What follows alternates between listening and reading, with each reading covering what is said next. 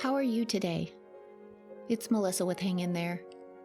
I'm grateful to all of you listening right now. Thank you for helping us spread our message. To anyone feeling hopeless today, we extend hope. To any person who looks in the mirror and no longer recognizes who is staring back, we see you. Please remember, the person you are searching for is still there. To those of you living in survival mode, we lift you up. We honor you. We know you are exhausted. We know you are overwhelmed. Your strength is immeasurable. To everyone who has escaped, you are inspirational, and may you heal. To all who've been abused or are currently living through it, along with everyone who has been affected by abuse, we fight for you, and we understand. You are not alone anymore. I was numb. I felt nothing. I was tired of trying to like him. I was disappointed with my life, with myself.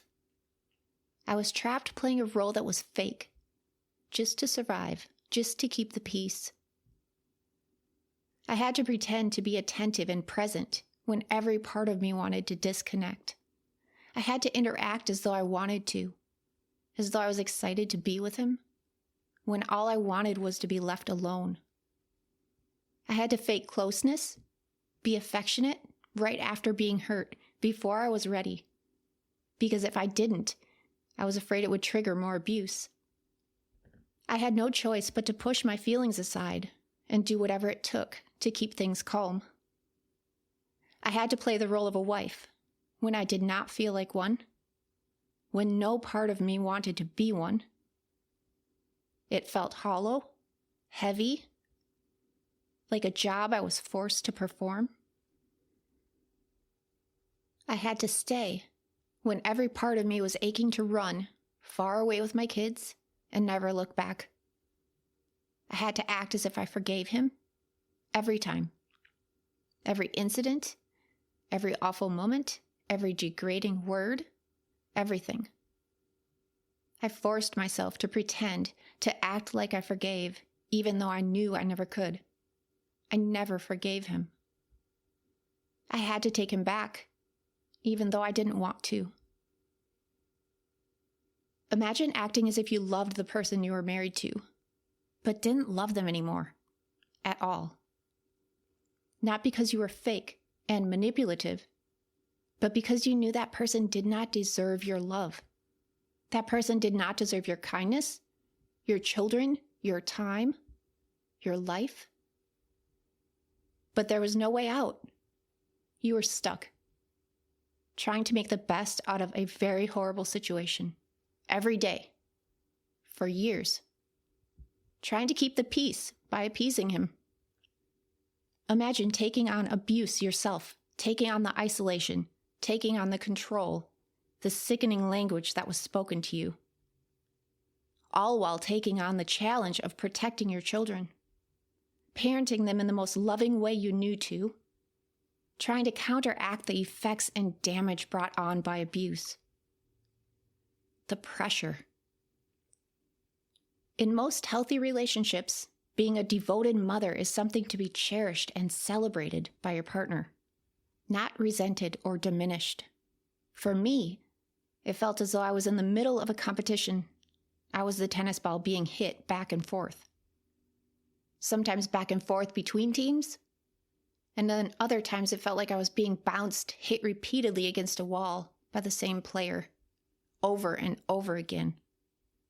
It was incredibly hard to balance children's needs and abusers' demands. It took up so much of my time.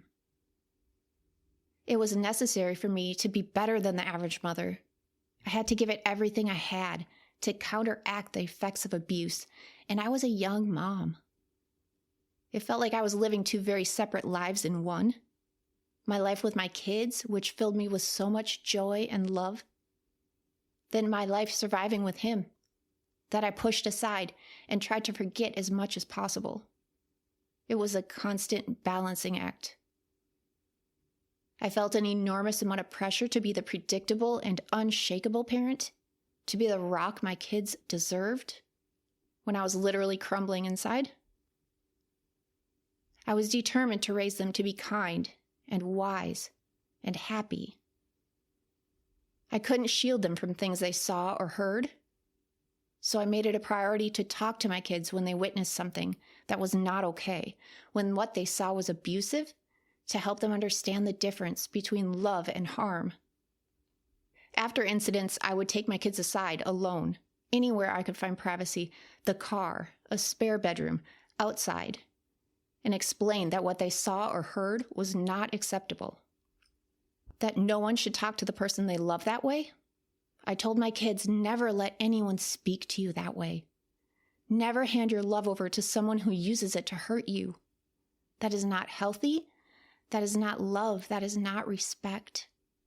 That is not how someone who truly loves you and cares about you should ever treat you. I would tell them that they deserve better. I remember trying to compose myself after abusive events and trying my very best to teach my kids these life-saving lessons. And I remember their tiny, scared faces locked on me, looking for an explanation, looking for reassurance that they were safe, that I was safe. I remember the feeling that would come over me in those moments, floating above myself, just watching us, just detached from my body. I would watch myself pleading with them, urging them to never accept that kind of treatment from anyone, to demand respect, to run from harm and abuse. Yet there I was, telling them one thing and modeling the opposite. There I was, still rooted, trapped in the very abuse I was warning them to run away from, and enduring what I was begging them to never tolerate from anyone. I felt like such a hypocrite. I hated the example I was modeling for them. It made me feel ashamed, embarrassed, guilty. It made me feel like an awful parent, like I wasn't worthy of these perfect new humans that I was blessed with. I was confident in my desire to be the best mother and in my ability to love and raise my children, but abuse has the power to unravel and constantly chip away at any amount of confidence a person achieves. I had to accept abuse. I had to just take it. Because I didn't feel it was safe or smart for me to stand up for myself, to defend myself, especially when the kids were there. It would have made things worse. I would try and de-escalate the situation by being mute, by being silent, when every part of me wanted to scream back, fight back, and make it stop. Have you ever had the dream? The one where you want to scream. You want to shout something so important, loud enough for the world to hear. Where you're standing tall, with your head tilted up to the sky, your back is arched, your hands are in fists, your feet are firmly planted. Every muscle in your face is tight and stressed. Your eyes are closed, squeezed shut. Everything in you is building the strength to scream it. You are shaking. Then you open your mouth as wide as you can, and nothing comes out. That dream describes the life of an abuse victim. What I really wanted to say, scream out for the world to hear, was, I don't love you. I cannot love you. I don't trust you. You continue to hurt me. You continue to hurt my babies. I do not feel anything for you. Because I cannot. Even if I wanted to. Because I cannot trust you.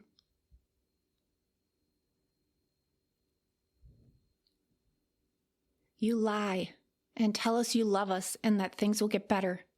And then you continue to hurt us, as if your promises meant nothing. Why can't anyone help me?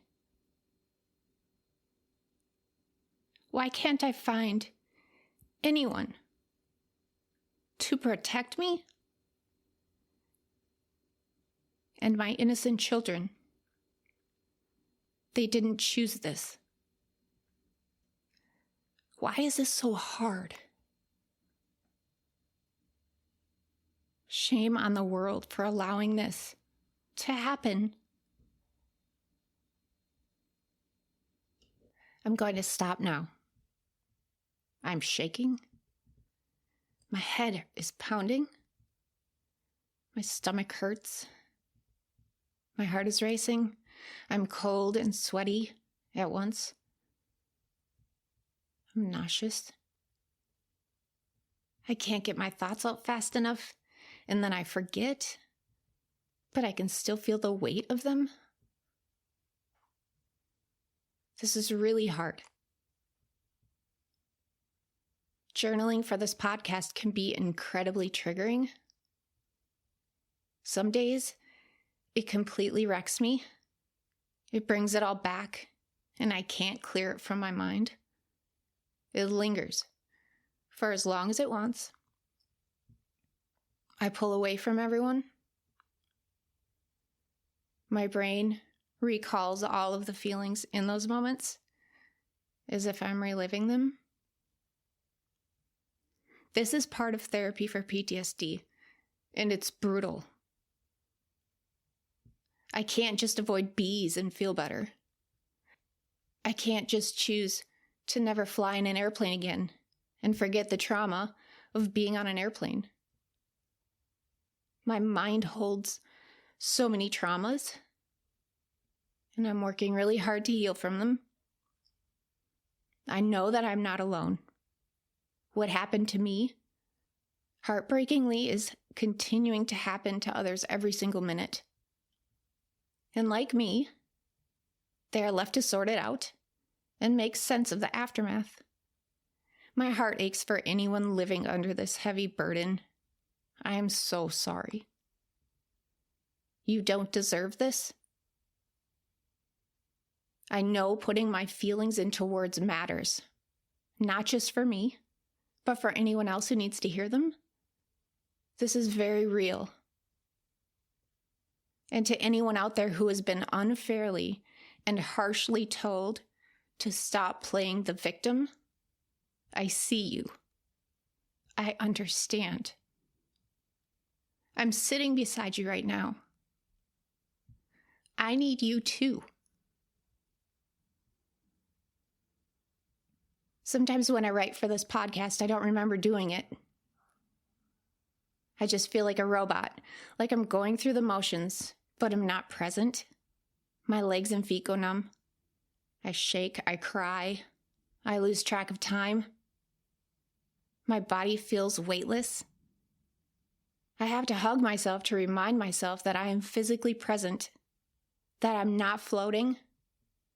I feel the pen in my hand when I write, the rubber grip, the button on the end. I touch the wire spiral of the notebook. I am okay. It's called dissociation. Dissociation was new to me. Well, the word was new to me. I had unknowingly been doing it for years. Dissociation is a very common psychological response to trauma, especially where there's abuse. In fact, 90% of people with dissociative disorders have a history of abuse or trauma. And more than 50% of women experiencing domestic violence will exhibit dissociative symptoms. So what exactly is dissociation? What does it look like? What does it feel like? Dissociation is a very common and long-term coping mechanism used in abusive environments where the body feels unable to escape a threat, leading a person's brain to shut down emotionally in order to survive.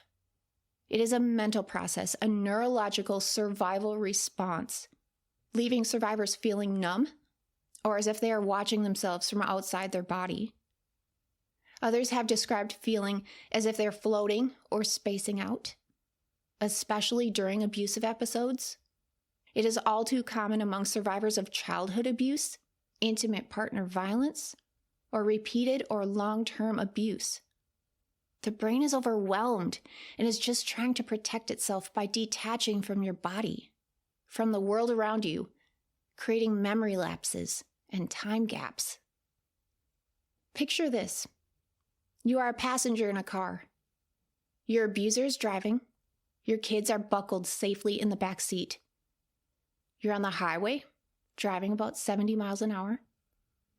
It begins with your abuser swearing at the car ahead of you, swearing loudly, then speeding up to the point where you feel he will hit that car's bumper. The driver ahead of you slows down, noticing the aggression. Your abuser then has to slam on the brakes. The swearing is out of control by now. It is so loud. The car you are in begins to swerve in every direction on the freeway at over 70 miles an hour, speeding up to cut off the driver, then slamming on the brakes, just inviting an accident. That driver has now engaged in the rage, swerving, speeding up, and slowing down. Your kids, they're frozen. You cannot do anything to protect them. Windows are rolled down now, so certain gestures can be displayed, and yelling can occur. The wind in the car is so loud, and it takes your breath away. The music playing in the car was angry. The swearing, the screaming, the tension. You and your children were silent, afraid for your lives. And no one is there to stop him. The fear is powerful. You cannot get out of that car. You're trapped. Your children are trapped. In unbearable situations, such as that scenario, where survivors feel threatened, in danger, trapped with no way out, a sequence of events happen in the brain to protect them. The brain enters survival mode. It senses the threat, provoking the part of the brain involved in decision-making and logic to shut down. Memory processing then becomes impaired, and our sense of self-awareness detaches. The brain protects by disconnecting your awareness from the pain. And it works. My first memories of dissociating were very early on. I certainly didn't know I was doing it. Many survivors don't realize that they are dissociating, and it can become a long-term coping mechanism even after escaping an abusive environment. Over time, this can affect healthy relationships, leaving survivors feeling distant from partners or emotionally unavailable. Dissociation affects a person's memory, making it difficult to remember segments of their life or of the abuse itself. It can disrupt school performance, work performance, and also inhibit emotional regulation. Dissociation disconnects us from our body, making it feel as though it is not a part of us. A person may not feel pain, hunger, or exhaustion. It also confuses a person, making physical sensations difficult to recognize or put into words. While dissociating protected us when we didn't feel safe and helped us survive, we need to learn how to gently come back into our bodies, identify and deal with our memories and emotions. Therapy is such a vital tool in helping survivors identify when they are dissociating, and a therapist can help teach skills to gently guide a person back into the present moment. This also helps rebuild self-trust. Remember, abuse makes survivors doubt their own judgment, not trust themselves. It is important that survivors have a safe place to process traumatic memories and in a healthy way in order to reintegrate into life without relying on dissociation. I've been blessed to have had the same therapist for over 8 years. She alone has changed my life. She has educated me, supported me, stood by me, checked in on me. She sat in on sessions where I was too afraid to speak the truth because of fear and shame. And then she took me in with open arms, gently, patiently when I was ready, and guided me out of the abuse. She saved me multiple times. She continues to save me in more ways than I am aware of. Without her, I wouldn't be here right now, trying to help others. I wouldn't be free. I like to use grounding techniques and mindfulness to help bring me back from dissociating, such as touching the leaves of a tree or feeling the stitching on my steering wheel when I'm driving. Any sensory object that helps keep me connected to the present moment helps. Simply understanding dissociation can offer a survivor clarity, finally putting a name to what they have experienced and felt, sometimes for many years. That can help ease any lingering shame. I would like to take a quiet moment with you together right now. Please just breathe. Remind yourself of who you are beneath the exhaustion, beneath the fear, not who you are forced to be or were forced to be, not the person you need to become in order to keep the peace or survive. In this quiet moment, you do not need to be anyone other than yourself. Find your authentic self. You are still there. Please breathe.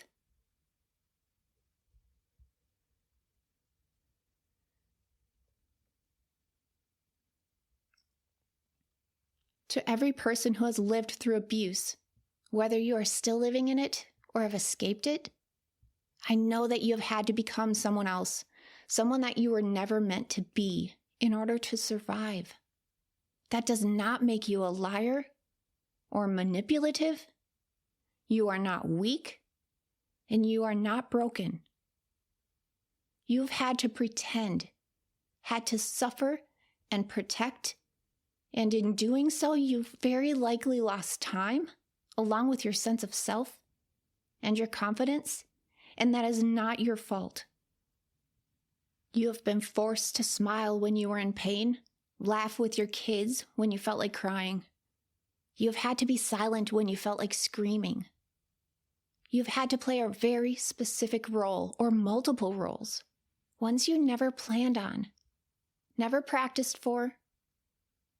You've had to speak and deliver lines that you never believed, again and again, feeling as though your true self was being beaten out of you. I understand. And I want to boldly state again that we are not alone. None of us. Sadly, many others can relate to these feelings and experiences. We were never meant to do this alone. We were isolated for that very reason. We were kept quiet, scared silent, and controlled to make it easier for the abuse to continue. That is precisely why it is so important for us to find support and compassion in one another. No one understands what it feels like to live through abuse better than survivors. No one else can fully understand the strength and resilience it takes to wake up every day, putting one foot in front of the other, caring for your children, showing up for work, managing the home, keeping up the act that everything is okay, all while dreading the threat of abuse. That feeling, it's always there. It's the shadow behind you.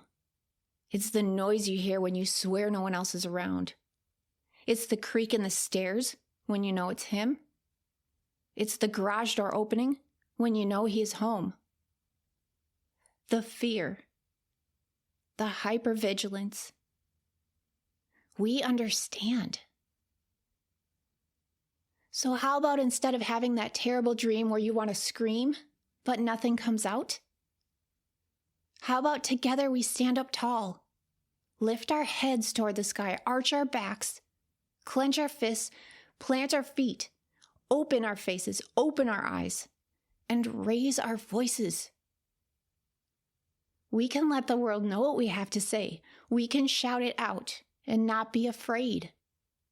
We can reclaim our voice, our relationships, and ourselves, even if it's really hard. It may be one of the most triggering and disturbing things you've ever done, but you can try. Even if your voice shakes, even if you cry, even if you feel nauseous and your heart races. I'm done being quiet. Please join me. Find your power. Find your voice. We can come together and make other people listen. We can help others understand. We need to do more.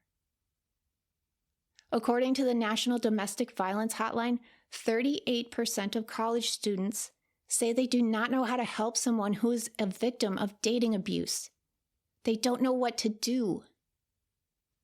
And that leads me to this fact. 43% of dating college women report experiencing violent and abusive dating behaviors, including physical abuse, sexual abuse, digital, verbal, other controlling abuse. Please help me.